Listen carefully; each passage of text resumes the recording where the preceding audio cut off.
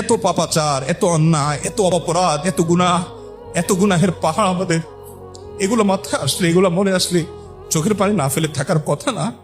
আমরা আল্লাহর কাছে, আল্লাহর ভয়ে রমাদান মাসের মতো অফার পাওয়ার পরেও চোখের পানি ফেলে আল্লাহর কাছে কাঁদার সুযোগ হয় না।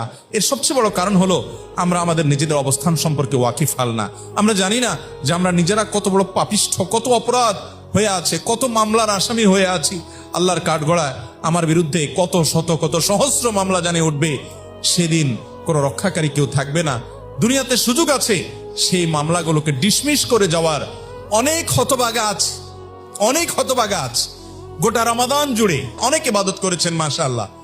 গোটা রমাদানে একটি বারের জন্য মালিকের কাছে নিজের গুনাহের জন্য আল্লাহর ভয়ে সন্ত্রস্ত হয়ে চোখের পানি ফেলেছেন, অথবা আল্লাহ নিয়ামত পাওয়ার আশা আল্লাহর মহব্বতে একটু চোখের পানি ফেলেছেন, এরকম মানুষের সংখ্যা আমাদের সমাজে একেবারেই কম। মোহতারাম হাজিরিন, রমাদান এলে আল্লাহ তাআলা অনেক মানুষকে মাফ করেন, সাধারণ ক্ষমা ঘোষণা করেন। আল্লাহর এই মাফ পাওয়ার জন্য অ্যাপ্লিকেশনটা তো করতে হবে, দরখাস্তটা তো অন্তত যথাযথ নিয়মে করতে হবে। কত মানুষ দরখাস্ত করে পায় না।